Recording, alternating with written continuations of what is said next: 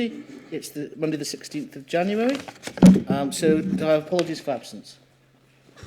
Yes, Chair, I've got apologies from Councillor Wallace. Also, Councillor Oliver is on his way, but will be delayed because of the weather. And Councillor Wearmouth sends his apologies. Any others? No. Okay, minutes of the previous meeting, which have been circulated. Are we happy there were true record? Agreed.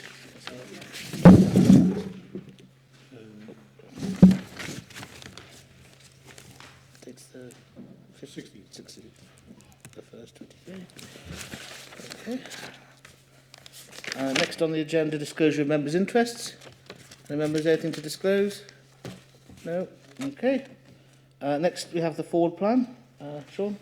Nothing additional to report, Chair, other than to say that the reports that were deferred from today's meeting, the two finance reports, will be considered an all-member scrutiny in February, along with the budget papers. Obviously, there are one or two reports I'm aware that's coming through the system, but with that agenda being quite full, any reports that do come, I'll notify both yourself and the Vice Chair to determine how you want to deal with them. Okay. Great. Okay, next is the Strategic Change Business Plan. Now, this was circulated separately to all the members, so you should all have a copy. And I think the leader is going to introduce this. So, leader. Thank you very much. Good morning, everyone. Just to confirm, I hope you have got the report. By way of introduction, as you know, this council has got three key priorities. One is around tackling inequalities, and we do that in a number of ways. Secondly is to support business growth and actively encourage business and jobs wherever we can. And thirdly, it's around providing value for money. Now, the budget is not yet complete, but we are hoping very much to be able to continue to provide the same kind of service without draconian cuts that I was worrying about. But we don't know that for sure yet. But that is very much the intention. But what we have to do is make sure that we do our services efficiently and in the best possible way, providing value for money in the way that those services are carried out. Now, that doesn't mean wholesale sackings and redundancies and all the rest of it. Not at all. This is about making sure that we do the things that we do in the best way, perhaps differently, and perhaps better. And to help us do this, you'll remember in the budget last year, we had a large budget item around recruiting two consultancy firms to help us do this strategic change. Because in previous times there have been other efforts through transformation programs to bring around the kind of thinking that we are looking at here, but they didn't actually come forward with recommendations which ultimately this work will. The key point in all of this is putting the customer first. By putting the customer first, we make sure that we continue to deliver the service that we all want to deliver, every one of us, and to make sure that we do it in such a way that we're doing it in the best possible way for everyone's benefit. So customer first, and if you look on the page, the second page of the report, you'll see there that the business case has set 7 defined work programmes, and there they are. And the top one, the most important one, is best services to customers. Then we look at money, class commissioning, resources, assets, technology, and then best talent and opportunities. So this is around making sure that all members of staff understand what we're doing, because if they don't understand and they're not with us, then it's not going to work. And secondly, to make sure that they agree with what we want to do here, which is around making sure we do things, in some cases, differently, and other ways better. It's not coercion, it is involvement of staff, and it is very much, it will work if it is a team effort across all the council, and that includes members like ourselves. So where do the members come in? Well, this is something that we have said as an administration, and you agreed at the budget. Well, those of you that voted for the budget last year. But anyway, we all agreed it ultimately in the end. And that was around making sure that we committed to this piece of work to provide value for money across the services that we do. And that means that we support as members the work that we are doing and the way in which we're doing it. There have been a number of online question and answers. Kelly has done an enormous amount. I've done some. And so the key point is that we put the customer first, but the staff have got to be with us as a team on this to just mould the way we do things and make sure we do them absolutely the best way we can. And I think probably the other way that members can be involved is through scrutiny like this, pre-scrutinising the report that I'll be taking to Cabinet tomorrow. So I'm very keen to know what you feel about the way we're going about things. I'm very keen to know that that you agree, and I hope you will agree with the way we're setting about this. And I will take it to Cabinet, and then I meet regularly with the Strategic Change Board. We will, as we move more into the work that we're doing and the business cases, we will be providing regular updates to members so that you feel involved, as we must have this as not as a punishment and a draconian measure to put the fear of God into staff. It's not that at all.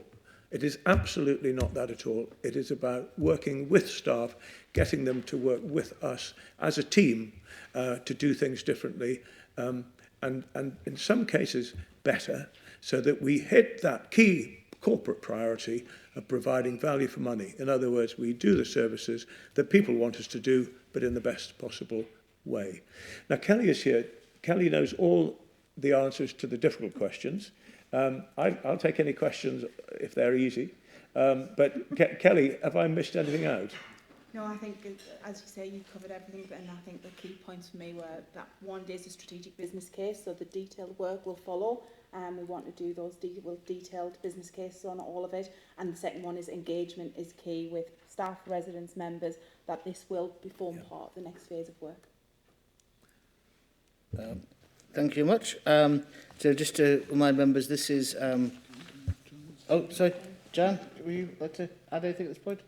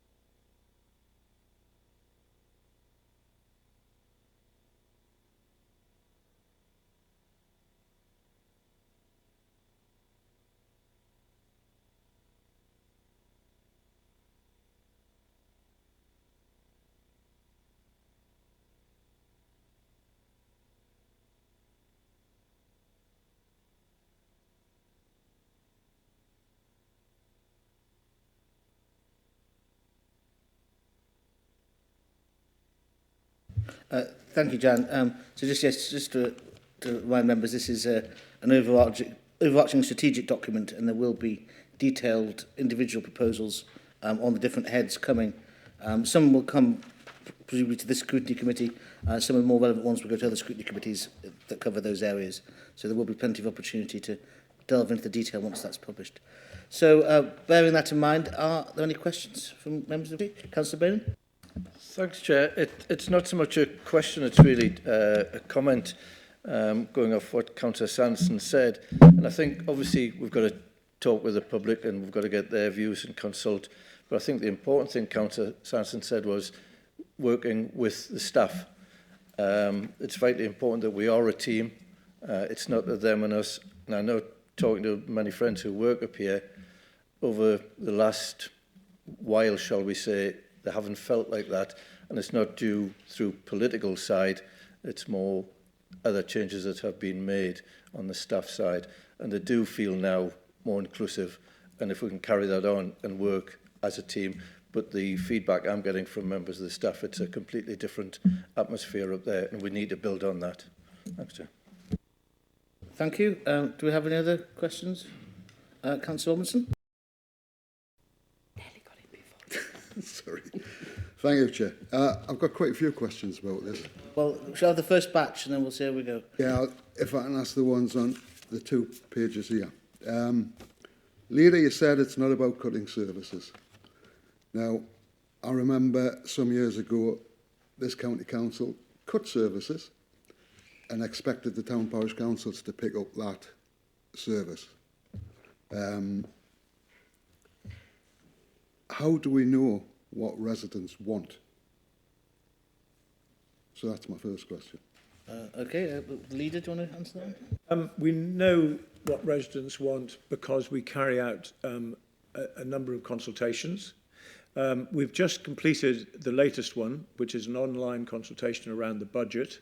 And it says in the questions in there around which services are really important, which ones do you think we should spend more on and less, and so on. So it's a repeat of what I did last year. So last year we did for the first time, we did an online consultation, and there was a question and answer session as well that Jan and I did, I think it was. So we know from that way. We know also from, from talking to the people that you represent, just the same as, Paul knows what his residents feel, and I know. And the broad thrust of what people want are within those three key priorities, which is to make sure we are banging on as hard as we can about jobs. We are protecting town centres by continuing to have, and hopefully we will be able to continue to have, free car parking in town centres, and by being quite clear that a child born in Blythe, in one of the more deprived areas of our county, has the same opportunity as a child born in Ponteland to get on, to have a life that is fulfilled, have a job, have a family and have a home. We can't do it all on ourselves, of course, but we know that that's what people would like us to do our bit, and it's certainly something that I want to make sure that we do as well. And the third one, around value for money.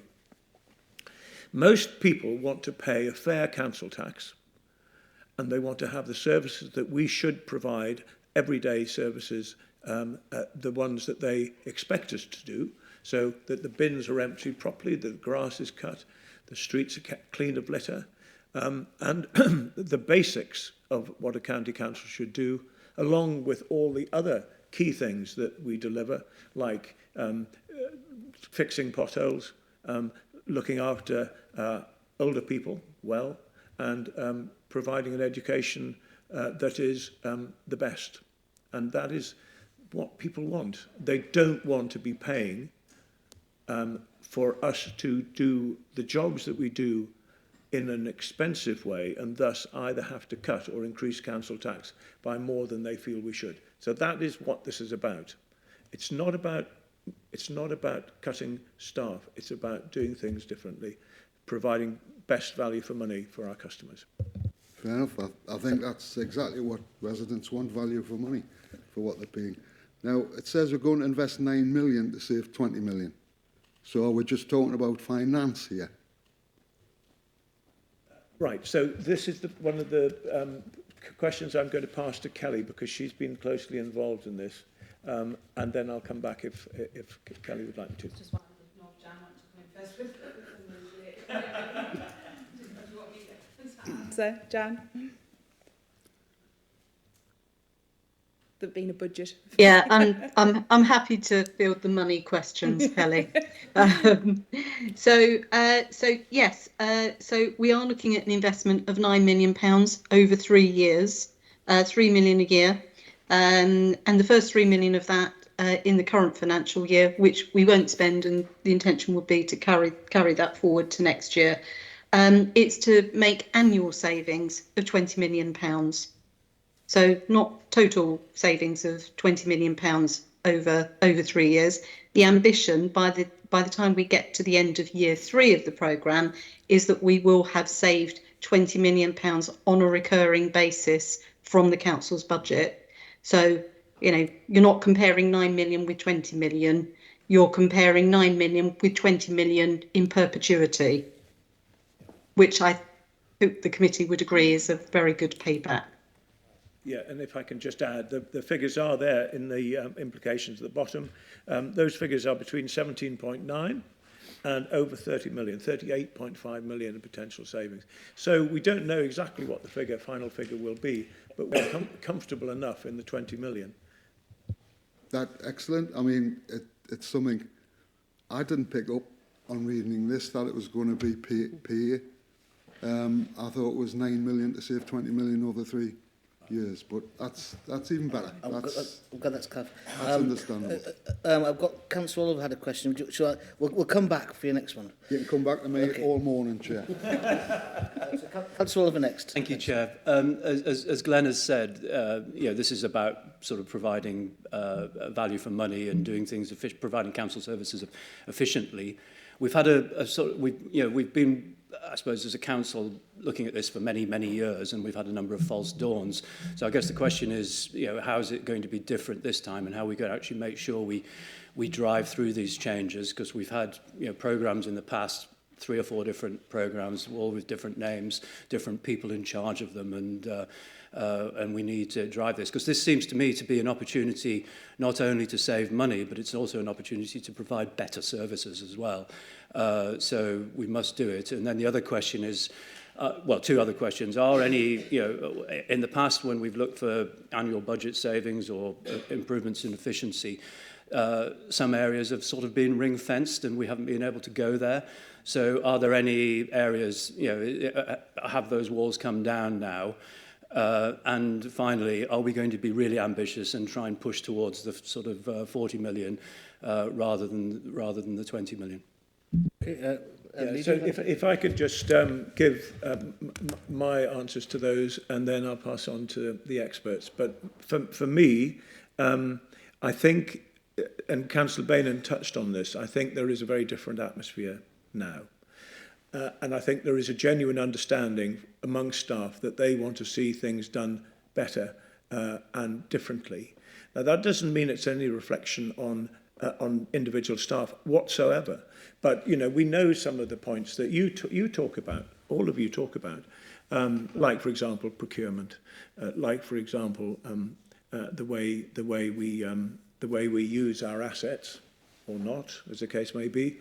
A whole range of different things. It's a huge organisation, this, with turnover of over 800 million, employing, getting on for 5,000 people. So it is a huge organisation, and we have not yet carried out an exercise as thorough as this. Certainly in my time, I don't think we've ever taken on a task as large as this. It needs to be a large task, and you're quite right. It needs to be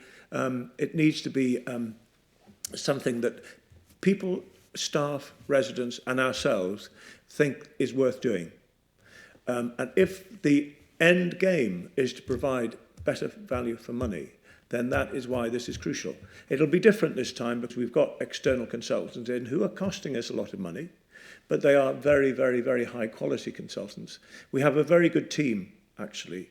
Kelly I'm very proud of everything she's done to keep this going in a way that bringing in staff rather than alienating them.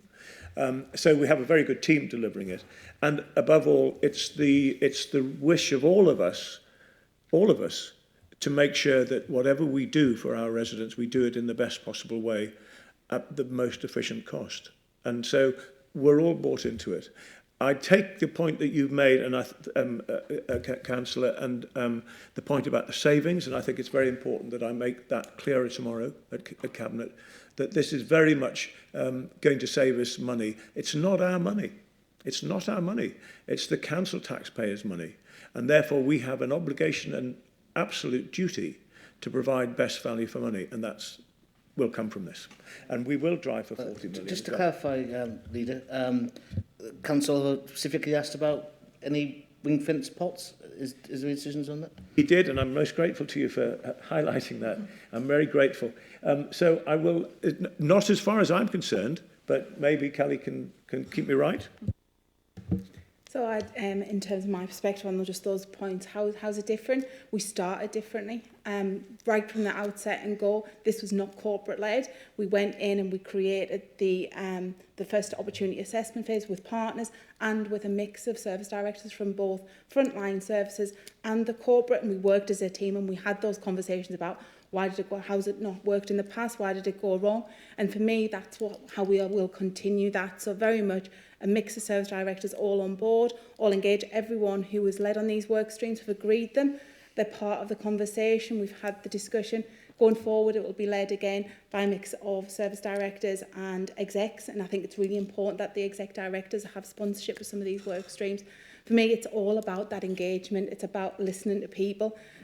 One of the things that we plan in the mobilisation plan is the programme team will not just sit here in County Hall. We've looked at all the locations around the county. We're going to move around the county, be there, encourage people to come and talk to us, not always in a formal atmosphere, so we can understand what people's concerns are, the programme, but what they actually feel. And I want to speak to a lot of people, and I want as many people to be part of this programme as possible. And we've also gone out to say, help us. Can't keep calling it strategic change, can we? So we've gone out to staff to say, right, help us create an identity around this. So for me, it is about that. It is different because, as we've said, I think there is a different feeling around the council, and we want people to be open and transparent and honest with us about how we can improve and change. And as far, again, back to when we've done the opportunity assessment work, we've been open and looked at everything across the board and looked at those areas which can give the biggest impact for our residents. Jan wants to say anything extra to that. Well, Councillor Murphy next. Hi, thanks, Chair. Yeah, my question is about quality of service delivery and the level of involvement staff have had in this process and will have in the future. So I've worked for this local authority and I've worked for many other local authorities and I've seen external consultants come and go. What I have never seen is any local authority redesign how it delivers services based upon actually speaking to the people who provide the services.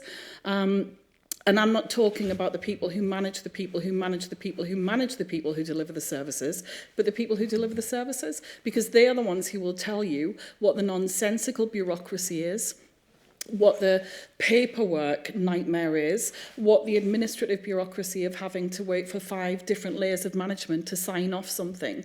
They are the people who can tell you how it is, and with the greatest respect to all senior managers, they will put a positive spin on things, they always do, and I just think that it's really important that frontline staff are at the heart of any changes, and I'm curious as to what process there is for making sure it's not just managerial voices that we hear. Thanks. I think that's an absolutely spot-on question, and we are absolutely aware of the need to talk to everyone, every layer. Kelly, we have spoken to, for example, the staff out on the gritters, for example, and out in the front line, and why, how could we do things differently? And the message you will get, as you know, from the frontliners will be very different sometimes to the message that their managers might give, in the nicest possible way. But it's absolutely crucial that we do that. Kelly, we are doing that, though. Yes, we definitely do that. So you've asked how we got to this phase. So this phase was opportunity assessment. So it was very much at a high level, looking at the data and understanding where we can and where we do need to change. The next phase, as I said, we're moving into that design phase, and our staff are critical in that. Done some briefings basically saying that we want them involved, and we will engage with staff at all levels, whether that be through workshops, but like I said before, by the programme team getting out and working in different locations, because as you say, sometimes in workshops, people don't always give you the real view. I want to be out there where people are, where people can go, actually, can I just have a minute with you and can I speak to you about this? Being around that, and I think that will help that engagement with the council's change. So yes, very much engagement at all levels. We are in the process of, we've kind of done a soft launch, so people are aware that this might be coming. April will be a hard launch, so basically big engagement sessions with people, just introducing it, but then following on for all the work streams, design-led, with both staff and in terms of that community-led model, with our residents, because community-led model is what it says. It's community-led. It's not us leading it. It's understand what our residents want. And just to add to that point, very much working very closely with Jill on the inequalities programme, because they're completely interlinked, don't they? So all of it will be around the engagement. Thank you. Right, I thought Councillor Robinson had a... Thank you, Chair. I've got plenty more, don't worry. Procurement. We talk about the need for outside business partner. Don't we have the relevant skills within at the moment? So when we're talking about a delivery partner, we're talking about someone to come in, work along with us, to give us some challenge, give us another pair of eyes, give us some specialism. We're not saying that we haven't got people in our procurement team. So the procurement team are already raring to go on this piece of work. There is some background work already being done. Pam and the team are very much have plans on where they needed to go. So when we're talking about bringing a partner in, it would be to add additional capacity and to just give that challenge to make sure that we were going around around things the right way. But in terms of procurement, it is around capacity. Yeah, it's fair enough that it seems they're hampered by the system at the moment. So we're talking about changing the system that they work under. Yeah, so we're changing it. So if you read the report, we're talking about looking at category management, so changing how we do it, but also that overarching commissioning framework. So we're doing things in sync across the council, that we're doing it, and then moving on to that into that contract management stage. So it is across the board. It's about the systems. Excellent. Next one's best use of assets. I presume that's personnel too. The best use of assets. Best use of assets, yeah. I presume that's personnel too. It's sorry, what to? Personnel too. Yes, it is. Well, best use talent, and opportunities also takes on to personnel as well. So it's a bit of a mix. So yeah, in terms of best use of assets, we're talking about how we manage our estate effectively. Yeah. Now there's risk assessment mentioned. For me, I would like to see the risk assessment team come to this committee, so we could cross-examine them. But is risk only judged on financial basis? So this was the risk assessment at the opportunity assessment stage. As Jan has alluded to, we have a full mobilisation plan behind this. My team, the programme team, in anticipation of getting the nod to go ahead, are meeting with the risk team. We've met with them once already. We have another session planned for this week where we're doing a full review of risk across the programme, and it is not just financial. So that piece of work is ongoing. Excellent. I mean, I think this committee needs to understand it as well. Well, I think just Councillor Robinson, as I said at the start, we are going to get individual pieces of work under this coming to the committee. Yeah. So, yeah. The carbon reduction that we're talking about, do we foresee any negative impacts as a result of that? So again, as we said before, we are at very much the highest level. Every programme and project that within this will have a carbon impact assessment done, and working closely with the I can't think of the name of the climate team, to ensure that we are looking at that. So as again, we will make sure that that is built in. We look at the impact assessment and we report the outcomes. So we're hoping to manage any downside. Yes, we are hoping to manage it, yeah. That's my questions on the front two pages. I'll go into more detail on the other one. But I would just like to make a general comment. Okay. That if I was being really critical, it would seem we're running headlong into this thing. And it's transformational change. I mean, it completely changes the way, hopefully, because I'm an advocate of that. I do want to see this to happen. It changes the way council deliver its services. It's a huge bit of work. And given the timeline Jan talked about, you know, a couple of months' time, we're going to see the start of this thing. Have we given it enough preparation time? Are you confident, Kelly, that we've given it enough preparation time? Can I just begin by answering that, and then either Kelly or Jan? This was something that Jan saw about a year ago, I think, as being something that we needed to do, and talked to us about possible ways that we could do it, possible consultants that we could use, so that we could approach this in a way that wasn't like this iron fist hitting the table. It was very much to say, if we work together as a team, we can make these changes. It will provide a better service and will provide better value for money. So it was down to Jan, largely, that saw the need for this coming in from the outside. And we all know that there are some services in particular that do need to look at the way they do things. And so that's why it's really important to me, if you are able to support the broad thrust of what we're trying to do, that would be much appreciated, because I think it's something that all members need to say, yes, we need to do this. We want to do it in the right way, but it is right that we do this. So I don't think I think we've moved as quickly as we possibly could, and it was very important that we started introducing this subject to members of staff as early, I think, last summer, when I started doing pieces, videos and things. So it's been, the whole idea is we don't want to come in and say, bang, this is what we're doing, you know, and like it or lump it. So it's been very much a measured, careful, step-by-step approach to the staff so that they understand what we're trying to do and go with us on it. But Jan may want to add something, possibly. Yeah, thank you, Leader. I mean, we have spent 6 months doing the discovery phase, so I wouldn't say that we've rushed. In fact, I think, you know, we've taken our time to understand what the issues and the challenges are. And also, I'd go back to what I said, it's a 3-year programme. You know, we can't eat the elephant whole. We're going to have to, you know, consume it one bit at a time.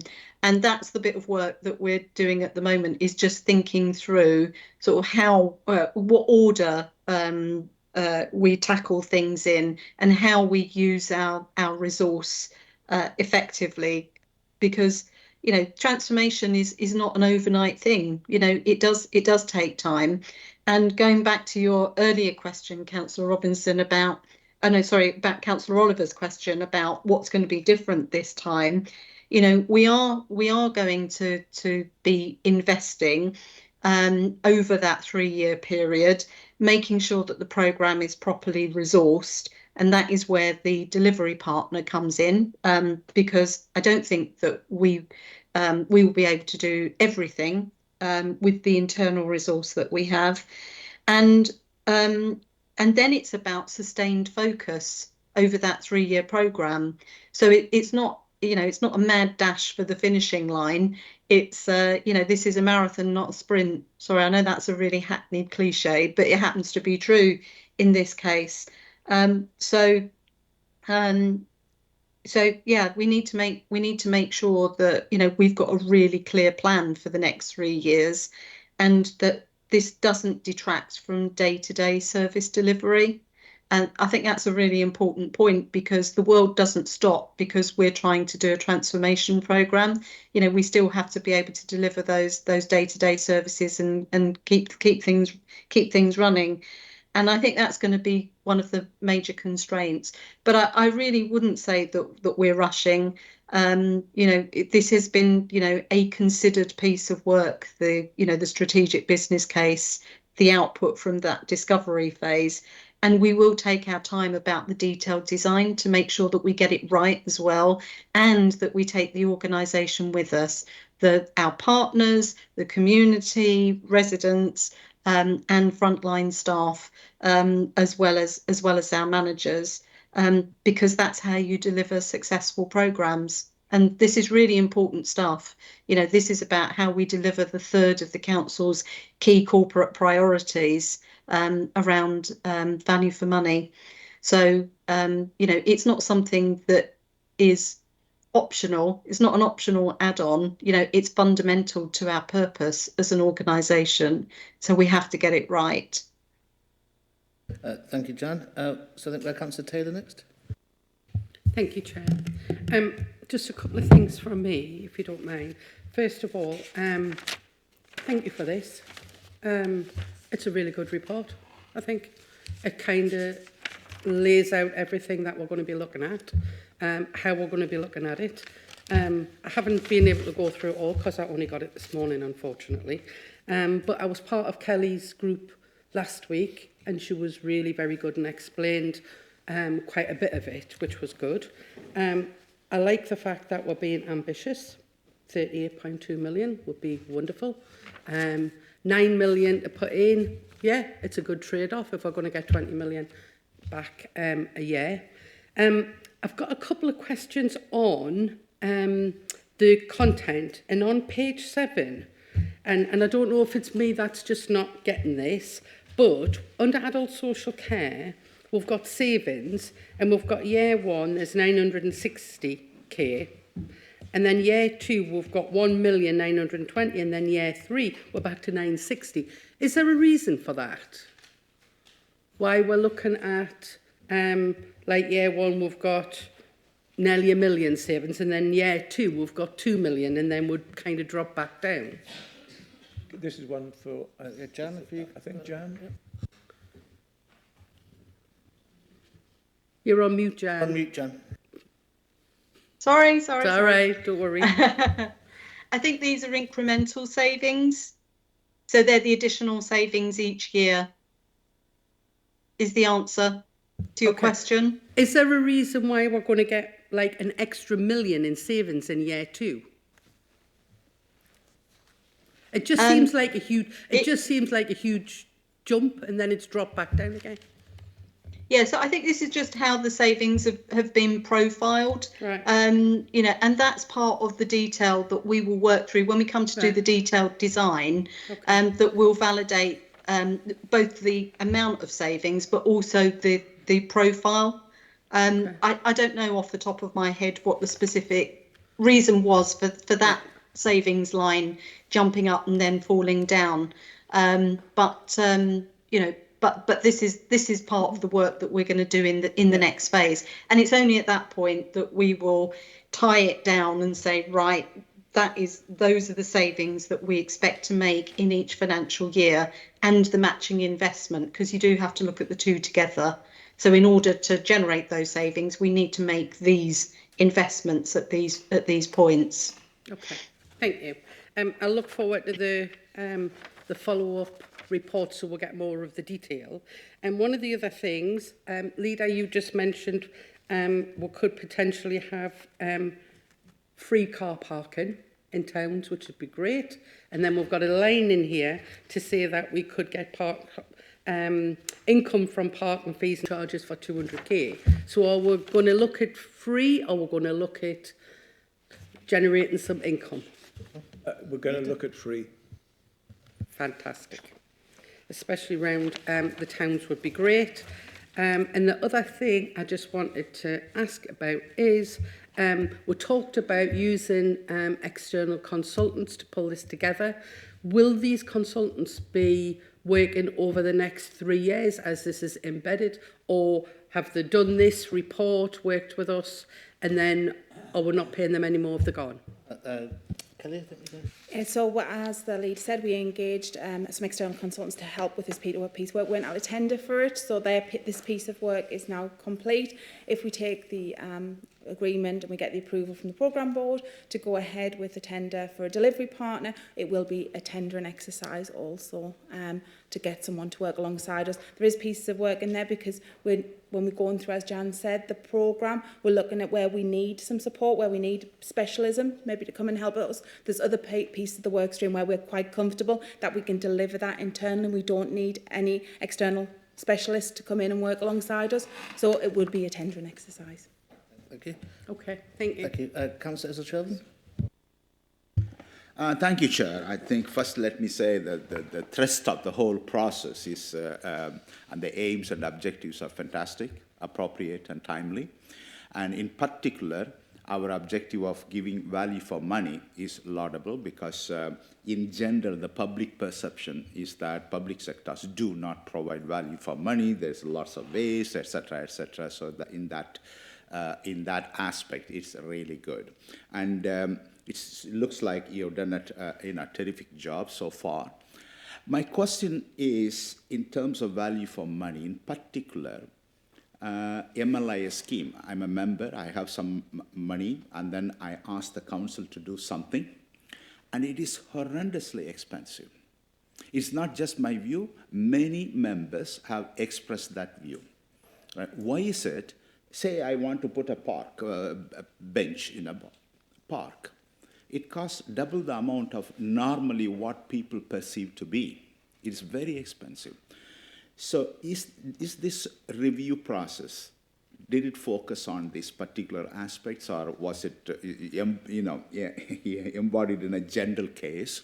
Because when I go around and tell my residents, I put this park or did this, did that, and they say I spent 8,000 or 9,000 pounds on this whole thing, they just don't believe it, rightly so. Because they say, hey, the whole thing can be done very, much more cheaply. So that, can you throw some light on this? Did you review it at all? Or if you review it, what is the outcome? Or this is something that we probably all feel when we want to spend our small schemes money, that the figures that are quoted to us are not necessarily the ones that we expected, and that's putting it politely. I think what I would say is that there is an area, well, there are a number of areas in the council, but there is one specific area that I get most complaints about, and that it will be looked at very carefully, not just through this, but also through the new management structure, the new top team that we're bringing in. And so I would hope very much that we can deal with this. I can't make any promises, but I would hope very much that we can. I'm looking forward to a new chief executive and a new top team who will have a fresh approach to things, and I'm hopeful they will do it. But one thing that we've already invested in is Fix My Street, for example. This was one of the first decisions we've made. It hasn't started yet. It will come in May. But one of the most boringly predictable things that we have to deal with as councillors is that we may have to wait some time before we see action on the points that we've raised, and that applies to all parties. So Fix My Street will be a way that residents and ourselves can put in a complaint about a pothole or a defect of some kind, and that process will be very different to the one that we have now. At the moment, we've got a situation where someone will put something in online or call. It will then go through a series of procedures until it gets to the area office, and then, of course, it then begins to go through another series of procedures. That's something that we think will be largely helped by Fix My Street, this new computer program. So we hope that that's going to be up and running, I think, in May, and that will be, again, better value for money for residents, because they will not have to go through the tedium of going online, finding a little spot, and then never hearing anything again. Because it's the fact that they don't hear anything again that's often the most annoying thing. So that is something else that I'm hoping that we will resolve. Don't tie me to the stake if we don't, but I will certainly be hoping that we will, and I think we all want that. I think we'll all appreciate that working, I think. Okay, Councillor Ball.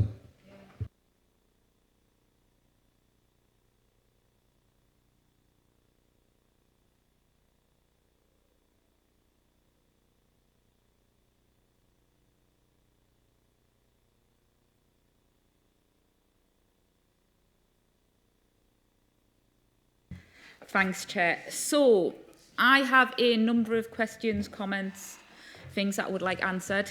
So we're talking strategic change, transformational programmes, really big words when we're talking about actually cutting and removing stuff. And I know we're trying to say the same was said last year about, like, we're looking at new ways and they're not cuts.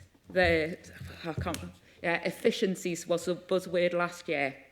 I just have concerns about the timing of it. Scrutiny, when you turn around and go, it's here today, cabinet tomorrow. Actually, if we turn around and rip this to shreds, that's not enough time for anything to be done on this. We're doing this before a new chief exec and a new top team come in. What happens if she rocks up and turns around and goes, what a load of rubbish, I've worked with X, Y and Z, let's do it this way. And I do have concerns about that. I know it's a 3-year plan, but if we're talking about getting it signed off tomorrow, where's the input of these new people, these new brilliant folk that we're meant to be bringing in to sort out the problems in this county? We need to start looking, it's not just about our spends, but actually about our income as well. So, like looking at community wealth building programmes, bringing money back into house in the county, making our arm's length company work harder and better for us as well, and working better for the county, instead of just turning around and propping up different organisations and paying directors here, there and everywhere. Actually, let's make sure these companies are working for the best for the people of Northumberland, because that's ultimately what it's about as well. We're seeing problems with the school transport, home care, and these issues as well when we're looking at adult social care. If we take any more money out of adult social care, it's already on its knees. How are we going to reduce demand for high-cost independent support living programmes? Because actually people need this help, and the sector is absolutely on its bones, and if we're relying on the private companies to sort this issue out, they can't get the staff. The staff are absolutely working all hours God sends. I've got concerns about ring-fenced money in any, whether it be the children's services, local services or adult social care, because that actually restricts where we can spend that money. So from what I understand, where's that impact assessment on the wider, if we can only spend that £1 million on X, Y and Z, what happens to everything else that we still need to be delivered, because the money's going down? So we need to have vast concerns in that. And what are our measurables for success, and how much money have we actually spent on consultants? Because I've seemed to have been in so many meetings with somebody that's been brought in, another specialist here, a brilliant person from there we're going to do. And yes, they're absolutely brilliant in the field, but we pay a lot of money for some brilliant staff here. Why?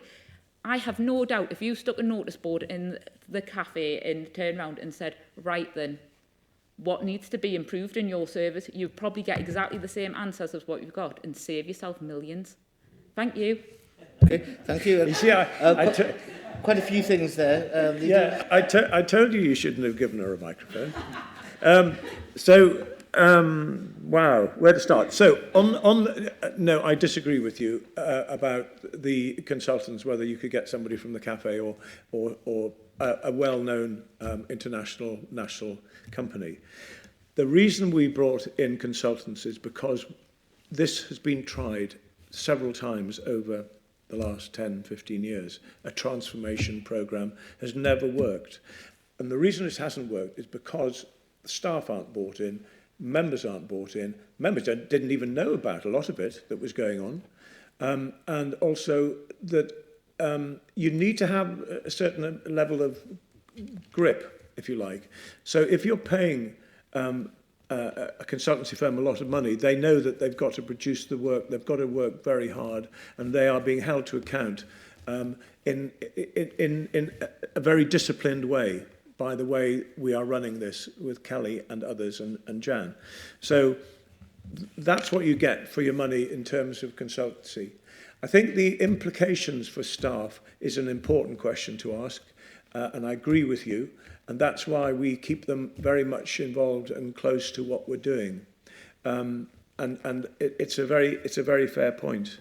And looking at new income as well as savings is, yes, absolutely crucial. Where we can do that, we will. And the final point about we're running this programme at a time we're bringing in a new chief executive, a new top team, and I think that's an exceptionally good question. And it is something that we have talked about. And I think I'm right in saying, forgive me if I'm wrong, but I think I'm right in saying that when we re-tender this, it will certainly have the involvement of the new chief executive, because she will be in post by then. But also I'm hoping with the relevant new senior officers as well. So the point that you're making is a very good one, and I completely agree with you. And we have got to make sure that there is full buy-in from the new team as well. Jan, Chair, if I may just add to that, I have been keeping Helen cited as the strategic business case is being developed. She had seen and commented on the draft strategic business case before it was finalised, and she is very much behind this. In fact, if anything, I think her take to drive it even harder and faster. And she's also very clear that having had responsibility for delivering transformation programs herself in a number of places, as I have had as well, that we absolutely need an external delivery partner. Otherwise, this program will fail. But of course, it's all about value for money. If we're going to have a delivery partner, we need to make sure that the relationship is structured in such a way as to ensure that we are maximising value for money.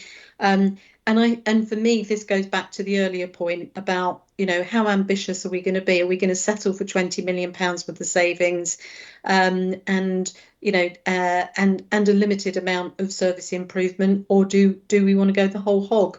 So if we want to accelerate the delivery of benefits, and I want to be really, really clear, this is not just financial benefits. There's a whole host of non-financial benefits. This is why best service to customers is at the heart of this programme. So it's about delivery of all of those benefits, and and our big constraint is going to be capacity, and it's going to be expertise. The other thing that I would say is that if you bring in an experienced delivery partner and you incentivize them in the right way, in my view, that is how you drive out benefits as quickly as possible. And it's also about not reinventing the wheel. We can develop our own approaches from scratch, but most of our staff will be coming to this and learning on the job. That carries both risk, but it's also a big constraint in terms of how quickly you can move. So that is one of the other advantages of having an external delivery partner who have been there, done it, got the T-shirt. They have those developed approaches, the templates, and as well as bringing sort of very specialist expertise and skills. And that's how you those benefits as quickly as possible by harnessing that. And I just want to pick up one thing on, two things. Managing demand is a key component of this programme. It was one of the discovery work streams that was led by Audrey Kingham. So clearly, the areas that you touched on, Councillor Ball, around home to school transport, home care, we have very much looked at that through a demand management lens. So this is not about, I don't think it's about taking money out of budgets, and certainly not, diverting ring-fenced funding. I think it's about managing demand. And we all know that every year there are huge pressures that are built into the budget, because demand is constantly increasing. So it's about, getting the right balance there. And of course, all of those day-to-day things that we're doing in terms of generating extra income, making sure that we're maximising value for money, none of that stops. You can't put everything that the council does into this programme. It has to run alongside the business as usual day-to-day delivery. And that's why I go back to the point I made earlier about capacity is going to be our biggest constraint, because we can't do this at the expense of our business as usual service delivery. The two have to run alongside. And again, for me, it's about striking the right balance. Thank you. Okay, thank you, Jan. Liz, I think you had a... sorry, I think Kelly wanted to come in just before you... Just wanted to come on a last point that you made. You asked about how we're going to measure success. So one of the key part of the work streams is around benefits realisation. So my team, alongside whoever we bring in to work as a partner, they will be measuring the benefits of this, and they will be setting out what the KPIs are for measuring that, and being very open and honest about how we measure that. And that is a crucial part, because we need to understand that the money that we are investing is actually giving an outcome as well. So that is one of the key parts. And just to add what Jan said, it is a delivery partner. It's not someone coming in and just going to take this on and they're just going to not work with us. They will work alongside myself and my team, and we'll work as a partnership, and I think that is crucial for the success, because yes, they will bring specialism in, but we want any additional upskilling of our staff to continue as well, and that ultimately we own this programme. That's the only things I want. Good point. Liz? Thank you, Chair. Most of my questions have already sort of been answered, to be perfectly honest. I think the first one was I was really concerned, like Councillor Robinson and Councillor Ball, that there was a danger that this work was possibly being done very quickly.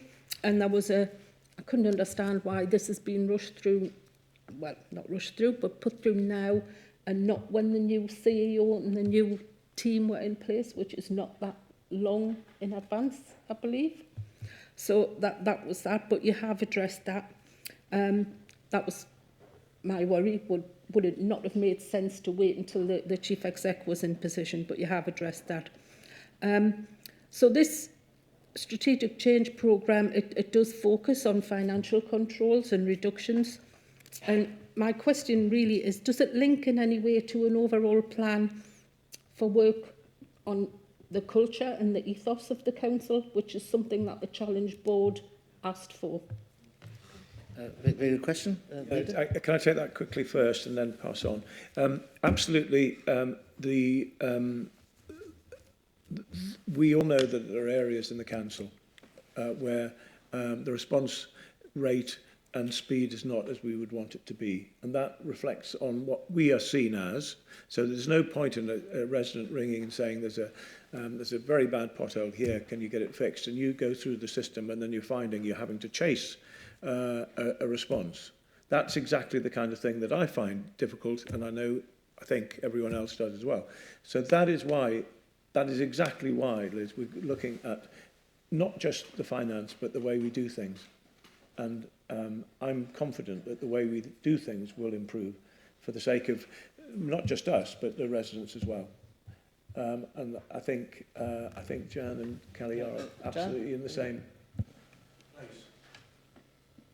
Yeah, so I think this is a really good question, Councillor Dunn.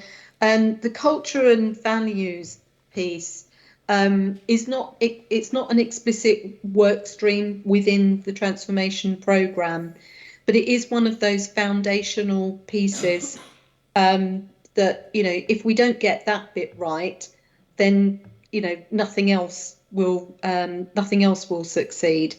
And we have been doing quite a lot of thought. You know, Kelly has actually spent some time pulling together all of the different work strands, because we have our business as usual, you know, activities. We have the CALA work stream.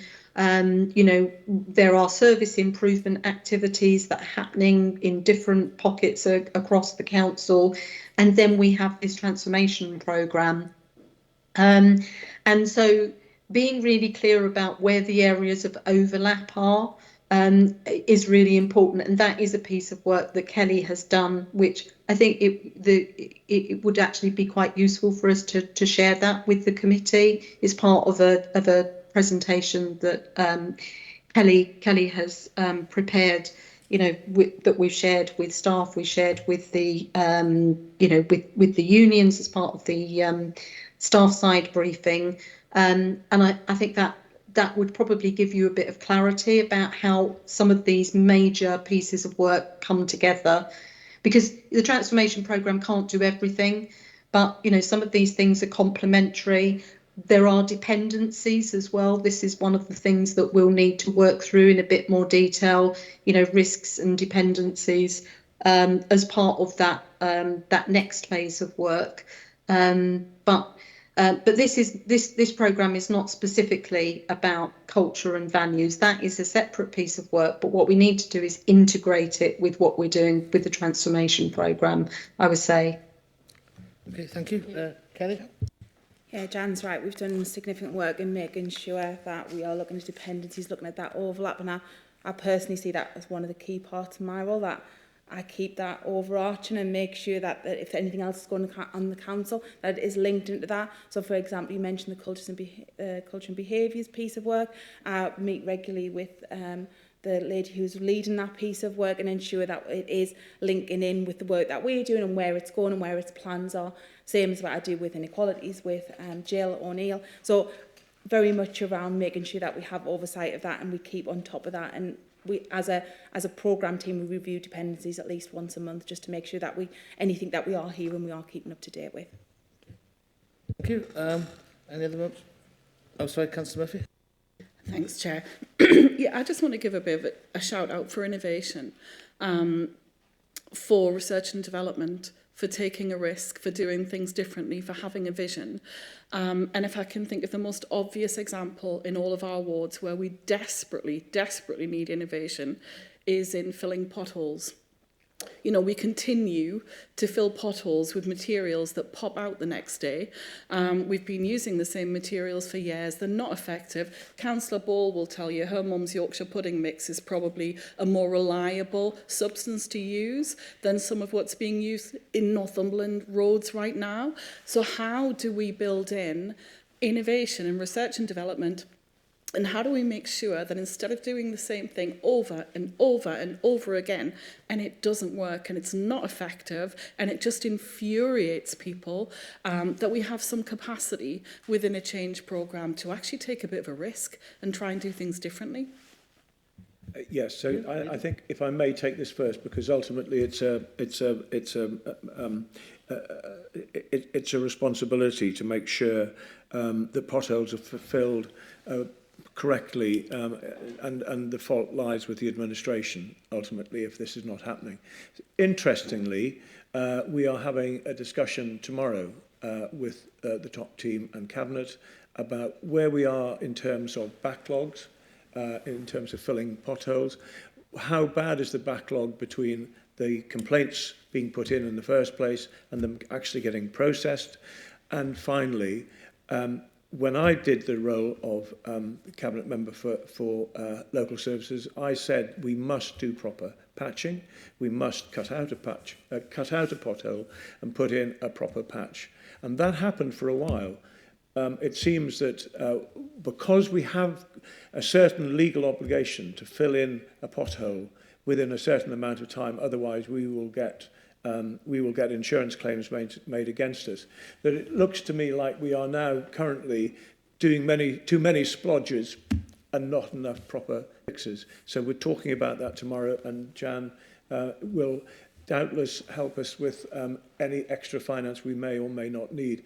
Ultimately, it's a management decision about this, but we've made it clear that we want potholes done properly, not splodged unless we absolutely have to. And if they are splodged, because we are avoiding any insurance claim, that we return there and put in a proper patch. So you're telling me exactly what I feel, and I know how frustrating this is, and I'm sorry that we are in the stage where we seem to be, and we are going to get it sorted out. Councillor Seymour? Sorry. Jan, did you want to add? Sorry, yes, Chair. Can I just add one thing? One of the things that I'm personally keen to explore as part of this transformation programme is how we can how we can be more innovative, and I think one of the approaches that we will be trialling as part of this programme is bringing people together using agile methodology to do some problem solving on specific issues, and then thinking about how we can make that part of the normal way that we do business.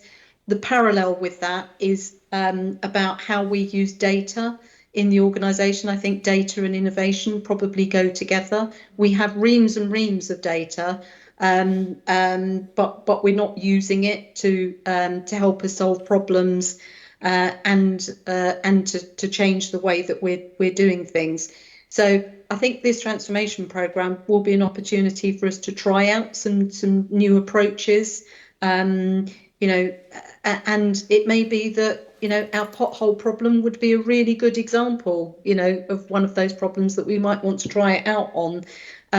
But you know, but we do need to have a more structured approach to innovation. I don't think innovation is something which, you know, happens in a systematic way across the council at the moment. It happens in pockets, and we need to get better at it. So I really take on board Councillor Murphy's comments in that regard. Can I just add one other very quick thing, which is, on the one hand, we've got to remember that we've just had Christmas and people have just come back from holidays and so on. So I think there's been a little bit of a delay in getting some of these everyday jobs done. However, bear in mind that the staff out there are doing a very, very good job of keeping the roads clear, the pavements as far as they can, and making sure that our roads are as good as they are. And anyone that travels around will know that it's not just in Northumberland we have a pothole problem.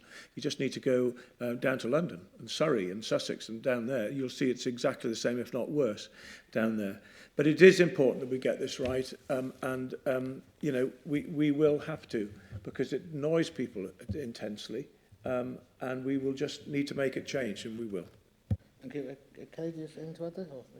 No, it's just to add in that the point that Jan made around that agile methodology. One of the things that we have proposed is, you know, in the digital world, they use data hacks and things to try and solve problems. It's that kind of style of event which we're looking at, which is back to the how do we going to engage with everyone. So we'll run those with the people on the front line, those people who are dealing with those jobs of how can you suggest we solve this problem as well. And I think that's really, really important.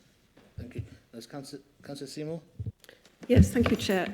Yeah, I just wanted to mention, I mean, up in my area, there's so many more, it seems, this time than I've had recently.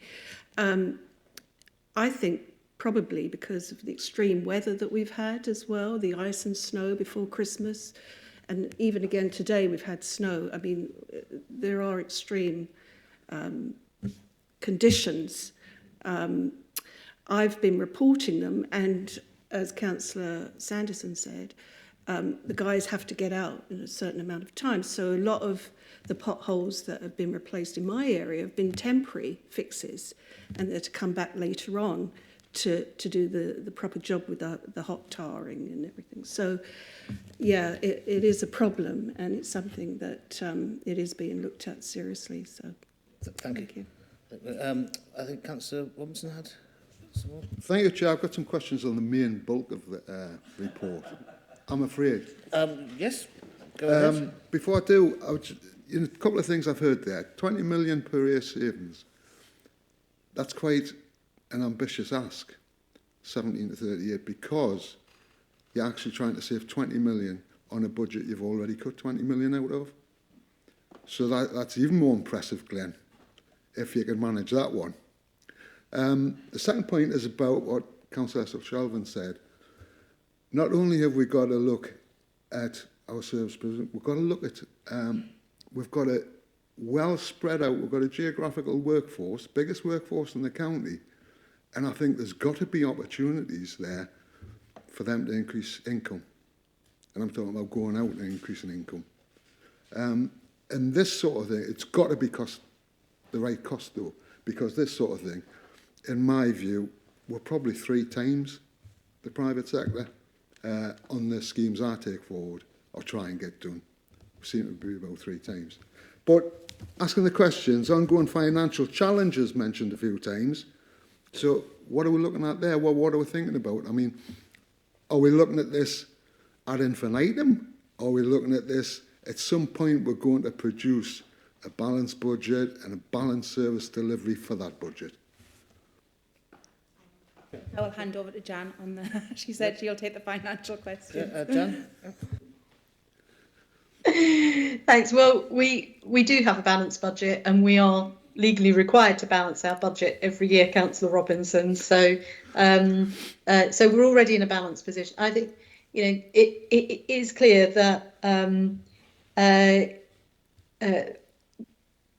public finances are under strain, and that means that we are probably looking at austerity 2.0 the other side of the election, whenever that may be, a year, 2 years, who knows? So for me, that just reinforces sort of the strategic imperative to get on and deliver this programme, because if we don't achieve savings through streamlining and modernising what we're doing, managing demand better, harnessing that community capacity, all of the things that are talked about in the strategic business case, and yes, capturing commissioning and procurement efficiencies, which will be one of the big financial drivers, then we're going to have no alternative but to start cutting, into our core services. And as many councils are already in that position, I think we're fortunate that we have a bit more time to be able to get to grips with this programme. But my concern is to ensure that in 2 or 3 years down the road, that we're not in a position where we're having to cut into those services which residents value and rely on. So yeah, there is going to be an ongoing financial challenge, and that's the other reason why having dedicated funding set aside for the programme is important as well, because that allows us to maintain the capacity to deliver the programme alongside delivering the day-to-day services, and the more we take out of our base budget in the form of savings, the more constrained our capacity to deliver this programme is. So again, you've got to balance those two things. I think this is one of the reasons why Helen, the incoming chief exec, is so keen to ensure that we get on and we deliver this programme at pace, because if we don't, we are going to, encounter some real financial challenge, a year or two down the road. And I think she's right about that, personally. Yeah. Now we're talking about best service to customers, best value for money, and best use of assets. So, best service to customers. Have we got an idea how we can benchmark that progress? And I'll ask these questions together. Best value for money, higher cost public services. What are they? And is that just about how they're delivered? And best use of assets, what is a corporate landlord approach? Jan, do you want to? Can I let Kelly address the corporate landlord approach? I'll just talk about the benchmark, how we benchmark best services to customers. One of the things that I'm really, really keen that we do in the detailed design phase is to start to define some really clear outcomes that we can use to measure both the success of the programme, but also as the basis of benchmarking, because benchmarking of services has traditionally been very difficult to do. It's very, very time consuming, and it's dubious, at the end of the day, whether you're actually making valid like for like comparisons with other local authorities. They account for their costs differently, they deliver services, very differently. You're not quite sure if you're comparing apples and apples or apples and lemons or, some other fruit. So I'm not a big fan of benchmarking, but what I am a really big fan of is being able to measure and track outcomes. And we're talking there about the things that matter to residents. So, one of the obvious outcomes for us to track is resident satisfaction, both globally with the services that the council's providing and individually, so potholes might be, again, a good example of that. How satisfied are you about the way that the council manages potholes? How satisfied are you, sort of with council services as a whole? Quality of life. How do you rate quality of life in Northumberland? Some of those big outcome measures, because at the end of the day, this programme for me is about impact. What difference is it making, to the lives of our residents and how they feel about, how satisfied they feel about living in Northumberland living in their local area, and with the services that the council is providing. So there's a really big piece of work that needs to be done, and we'll look at that what those outcomes are going to be as part of the detailed design work. And for each of those key work streams, we will have a set of outcomes that we can measure, monitor and track, because at the end of the day, that's what's going to tell you whether the programme's actually delivering, what we set out to deliver. Thank you. Kelly, want to talk about corporate landlord? Yeah, so a corporate landlord approach is where you have all property-related services through one centralised management. So in the council we have, as we says in the report, there's only 44 out of the 343 operational sites which are managed by the corporate landlord approach. What we have is that sites managed by the services. So what we're saying, if you kind of move towards that corporate landlord, you have oversight of the maintenance, the services that are provided to those buildings, and that's where the proposal is around generating that 100,000 saving. What I would say is that piece of work is already underway, because this was pulled from the work my service review team were already doing alongside the estates team, and looking at a better way of how we develop estates. So that piece of work and that review is underway. Right. The only other question is, what are higher cost public services? It's in the report under best value for money.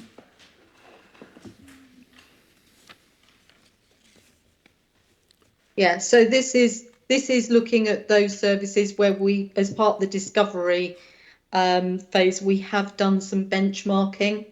So this is where I row back all my previous comments about, the limitations of benchmarking. We have done some, and that has suggested that some of our services are high cost compared, with our near neighbours. And there I'm not talking about geographical near neighbours, our statistical near neighbours. And so those are areas to investigate further. So it's a comparative description, really. Exactly. Right. Fine, exactly. Fine. Planning performance accountability framework. Who will be scrutinising this golden thread and performance information? If I just, there is a management board, which I chair, so we will be scrutinising that, as we currently are scrutinising risks and other matters to do with this work. But I very much hope that the chairman may wish to ask that information also comes to this committee and is scrutinised here. Good. Under benefits, it talks about political priorities. Now, given the way the council works, is that the administration's political priority, or is that cross-bench political priorities? Well, I hope it's one of the same. We had a good policy conference last week, which I couldn't make because I was in a meeting, that I understand went well, and that there was good cross-party input into that around creating the corporate plan. And the corporate plan is the thing that drives the budget process, that drives everything we do, the strategic change programme, everything is driven by the corporate plan. And the corporate plan is driven by the three key priorities. And those key priorities are the administration's, but I would hope and wish and very much request that there might be cross-party support for those three key priorities. In the past, councils, still some councils do, have a whole range of different priorities. And I just wanted to make it really simple, that we have three key things, that everything we do thinks about those priorities. So what we're talking about this morning is more around the value for money priority, but I don't think any member will not want us to be upskilling, will be wanting to help, will want to provide shelter, and all the other things that we do under the equalities one, and no other. I would hope members would fully support the very aggressive take that we have on encouraging business, and whether that's a small business or a large business, to make sure that Northumberland continues to be a place for high-tech companies to invest in. And anyone that's been to Blythe recently will know, in and around Blythe and Cramlington, there are an incredible amount of fantastic entrepreneurs producing things that are so complicated to understand that most of us aren't able to understand, but those people are bringing the jobs, and our role is to provide that help, that land in some cases, and the professional help and guidance that we do to make sure that we are there and listening to those entrepreneurs so that they provide the jobs. And therefore the inequalities and the business growth are very closely interlinked, because if you have work, you have opportunities. Using our skills program, teaching people to lay bricks, for example, maybe children that haven't got on in school. They come in, they learn a trade, which pays incredibly good wages now, and they will then be off and running in their lives that will provide that fulfilment that we all want. So I hope very much that it's not an exclusive range of priorities. This is priorities that I hope all of you can buy into. No point scoring, no political input at all into them. This is what Northumberland County Council I would like to see achieve over the next 2 and a bit years, and hopefully it's meaningless to me if I don't have cross-party support. Yeah. I hope that's helpful. That's fine. Going on that waste, we're talking about spare capacity, and ground maintenance, we're talking about street cleaning and whatnot. Reducing expenditure by head of population. And in both cases, I would make the point that there's more houses now than ever. So actually the demand's gone up. So how do you reduce by head of population when we should be having more population? That's a good question. Too good for me, so I'm going to pass it on to one of our experts. Well, I think that the basic point there is that if you've got more people, then you can organise your services so that you can pay less per head. Yeah. So if the same wagon's going down the street but picking up more bins, it's costing less per bin to pick up. It's just the multiple. Yeah. That's what we're hoping for. Okay. Okay, well, I'm glad you answered it that way. The highways thing, again, increasing parking fees, so I'd like to ask where. Maybe the same question as Christine, but in a different manner. We're talking about increasing parking fees. Christine talked about town centres, but it just says highways are going to increase parking fees, so I'm asking where are we going to increase the parking fees? Well, I think there will be a detailed report on that, but if the leader wants to say anything. Well, we will be highlighting this in our budget report, which will be with you in about 3 weeks' time. But the intention is to maintain free car parking, examples of which, for example, the new Goose Hill car park in Morpeth, which is, I think, almost full now, providing great service to shoppers and residents and businesses in Morpeth, and it's completely free of charge. Yes. Kelly, yeah. And it was just to say, this was an opportunity assessment, so that the report is identifying you could do this. That we will be We've doing got it. a figure in for it, Kelly. There's a figure in there for it. Yeah. I could drill down at where that's from, but I can't answer that right this minute. Councillor Ball? Community-based service provision. That isn't going to be something that we're going to dump services into. Yeah, so this is building on what we've already achieved through NCT. So it's about a communities first model. So basically looking at how we can work with our communities. The key there is that this is not something we're going to do to communities. We're going to work with communities. We're going to work with our residents to see how we can do this. This is the one of the ones where it has got a whole year in for the design phase, and it's around working with many stakeholders and partners around how best to do this. So it's not about, it's about working. Okay, I'll believe you. Best service to customers. What are self-service options? This is all stuff in the report that, you know, I'm just asking for clarity on it, really. And I think you're absolutely right to do that, and I'm going to... Can you just tell me what page that's on? It's best service to customers, Glenn, so it's... Oh, the whole caboodle. Yeah, Rather, it's in the main body. I might be able to assist with this one. This is about enabling customers to resolve issues for themselves online. So it's online self-service. So rather than having to phone the contact centre, you know, that they're able to do it for themselves.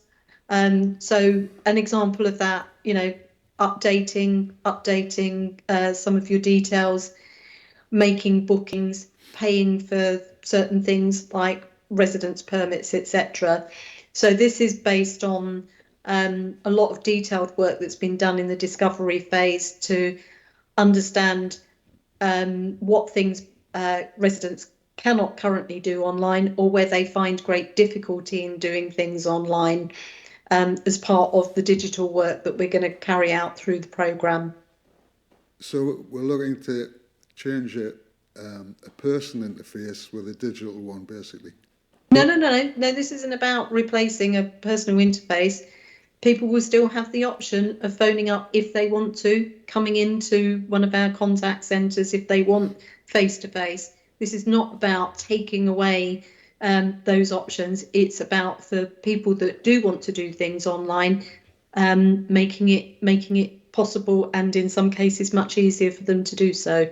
That's good, because saving them time and effort as well as us. I was going to ask questions about delivering proactive customer services, etc., in further things, but my point would be that if we've got an increasingly elderly population, it's elderly people who are least au fait with IT, modern IT. And it's those people that we're told time and time again are the biggest draw on our services. So putting it all across to digital IT isn't possibly the best way to interact with those people who are having problems with basic IT, never mind this stuff.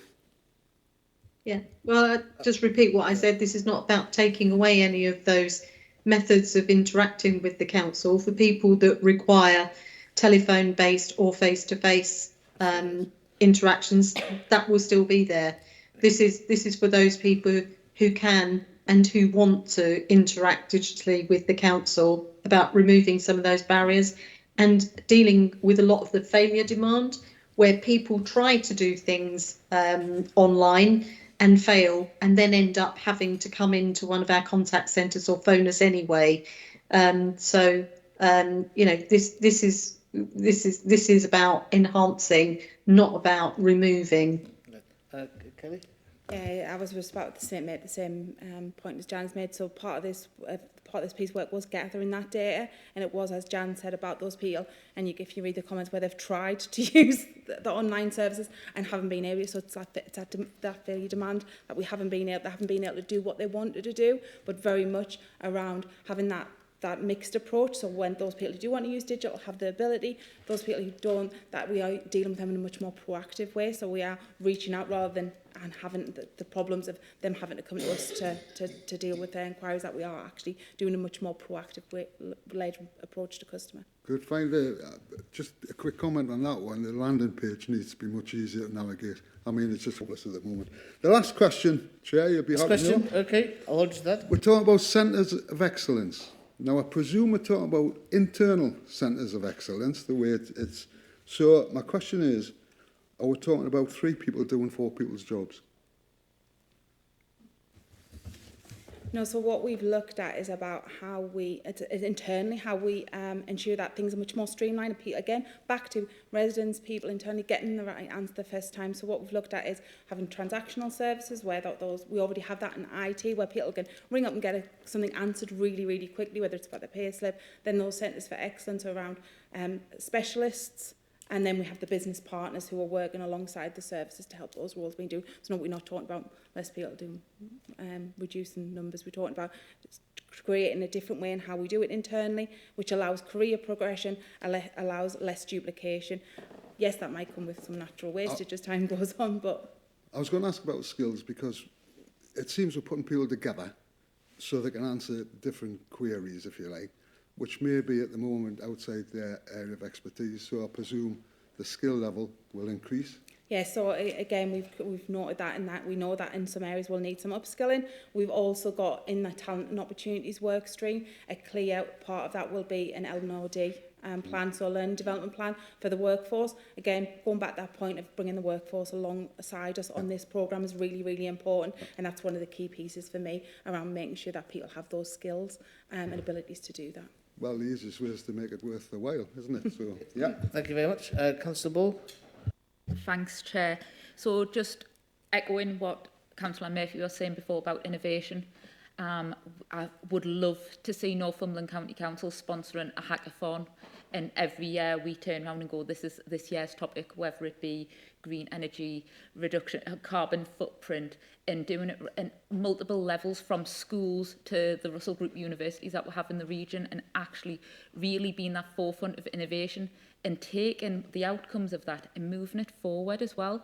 So be part of designs, because I'm a bit of a geek, and when it comes down to hackathons and things like that, some of the things that have come out of it from like the Gates Foundation, where there's not been running water in a community and being able to have safe, hygienic methods that have cut down on disease and everything like that. And they've come out of people that may not have a PhD, they may not be a consultant, but actually there was a £5,000 prize offered at a Russell Group University or a school, and great things have come out of it, who's went on and then they've went and made their name in engineering and being leaders in their field. But because they turned up on something that was a 24-hour hackathon and given the right equipment, and we've got the teams and the skills to be able to do that. So I would love to see jams and hackathons being sponsored by this university, by this county council. Also, when it comes down to the community and voluntary sector, I do have a bit of concern of what we can't do. The community and voluntary sector pick up. The community and voluntary sector are really struggling. Is this using them as a scapegoat when things fail, or we don't have... We've seen it in other areas where the community and voluntary sector have been asked to run leisure centres, community facilities, and they've failed, and the council, they've basically turned around and went, not our problem. And I just really worry if we ask the community and voluntary sector to continue to pick up the slack. Unfortunately, we're already seeing some great charities collapsing, some great community groups that run on volunteers. A lot of the volunteers are getting to an age where they may not be able to put 80 hours a week in free of charge anymore. So I do have concerns if we rely completely. Northumberland communities together are absolutely fantastic, and I applaud them all day on the great work that they do. But if you've got a team of 8 people and the communities that you're working with and the community groups are disappearing one by one, you need 16 people, 24 people. But you haven't got that infill from the community anymore. So I do have grave concerns that going forward, we are making the problems worse for the wider community and just saying that, well, it's not our fault, it's the community that failed, not us. Okay, thank you. Leader? Just briefly, what I would say is that you have mentioned Northumberland community together. That is a very important part of the work that we're doing, and it will continue to be so. For example, the kind of thing they have done is contributed to 100 warm zones with the voluntary and community sector. We have given significant amount of money to food banks across the county because we saw that there was going to be a need for some extra help, and we have delivered that. So I think we will always recognise the value of local communities. Tonight, we've got the first of 3 parish and town council conferences. And this one's in Alnwick tonight, and there's one in Morpeth and one over in Hexham. And the intention of that is to have as many parish and town councillors come to have some input into our corporate plan, make it clear what they want us to do better or more of, and also to give them the chance to kind of have a direct contact with some of the key officers that they would never normally see. That demonstrates the fact that we do want to have that good relationship with parish and town councils and also with community groups. So I think what I think would be really useful is that when we've got the budget done, and you've bashed me up about the budget, and it's all hopefully all gone through. I think when we get to the next month or 2, I think we need to have a policy conference on the subjects you're talking about. How can we lead in a more proactive way in specific areas? I think the climate change we've led by example with that, but there's more we can do on that. So I think it's a good suggestion, and I would certainly want to see what we could do with that. But in the meantime, I can guarantee that our interaction with community groups, parish and town councils will remain strong under this plan. Councillor Bowman?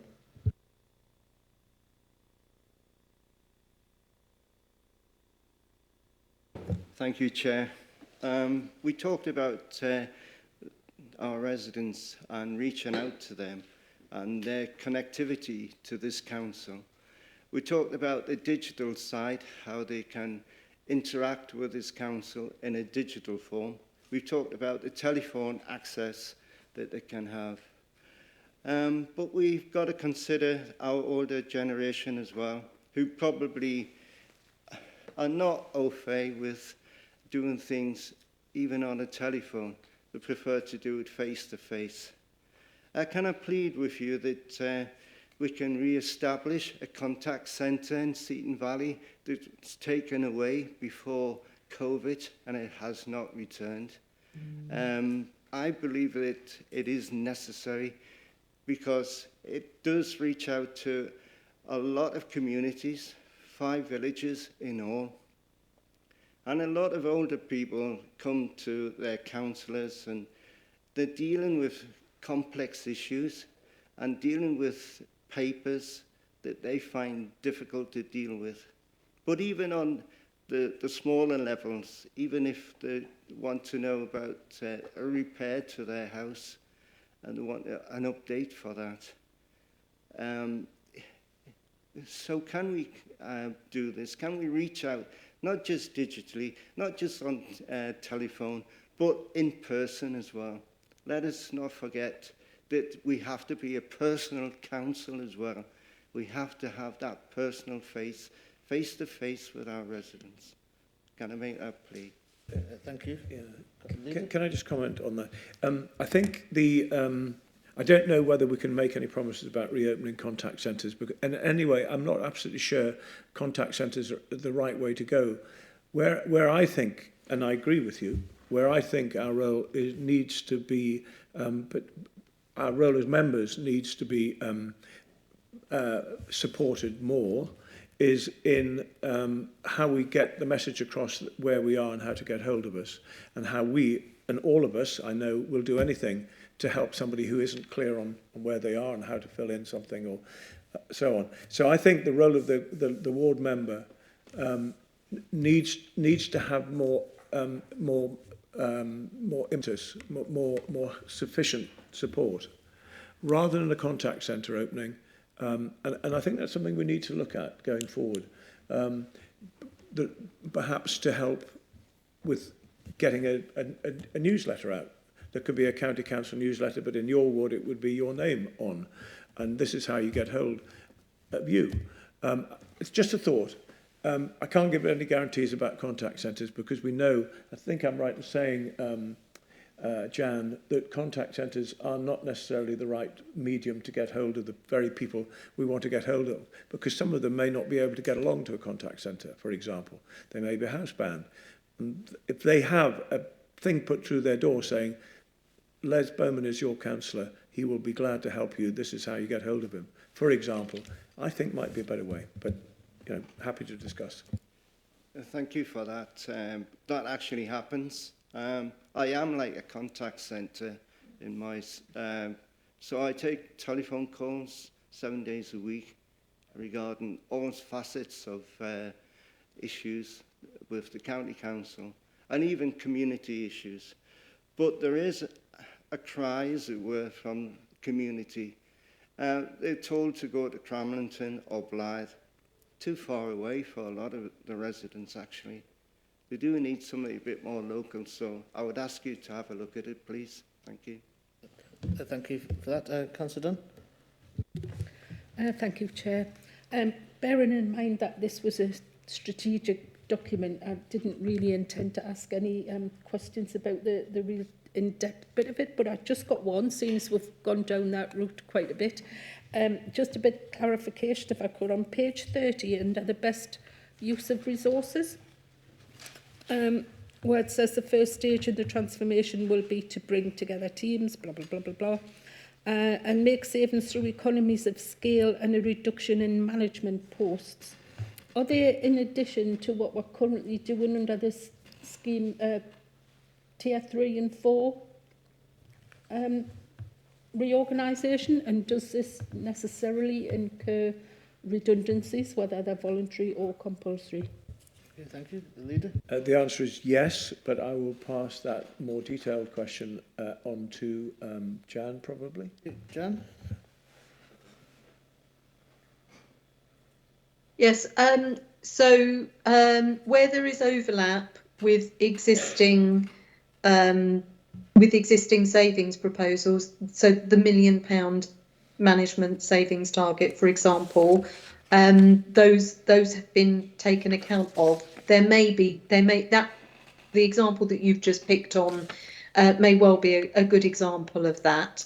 And on the more general point, any impact on jobs will be dealt with through our management of change process, and that is, that policy is on the intranet, and it provides for full consultation, and it does require us to look at all avenues for avoiding compulsory redundancies, including offering voluntary redundancy, redeployment, retraining, reskilling,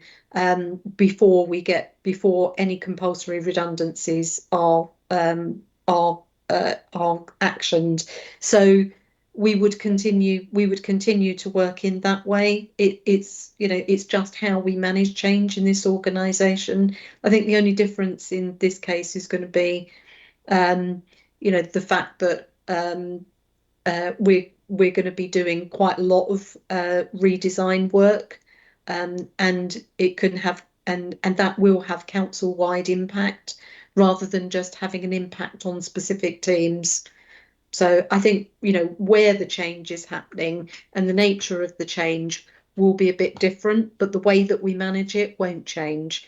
And our intention would be to manage any downsizing through natural wastage, and all of those other things that I just mentioned, if at all possible.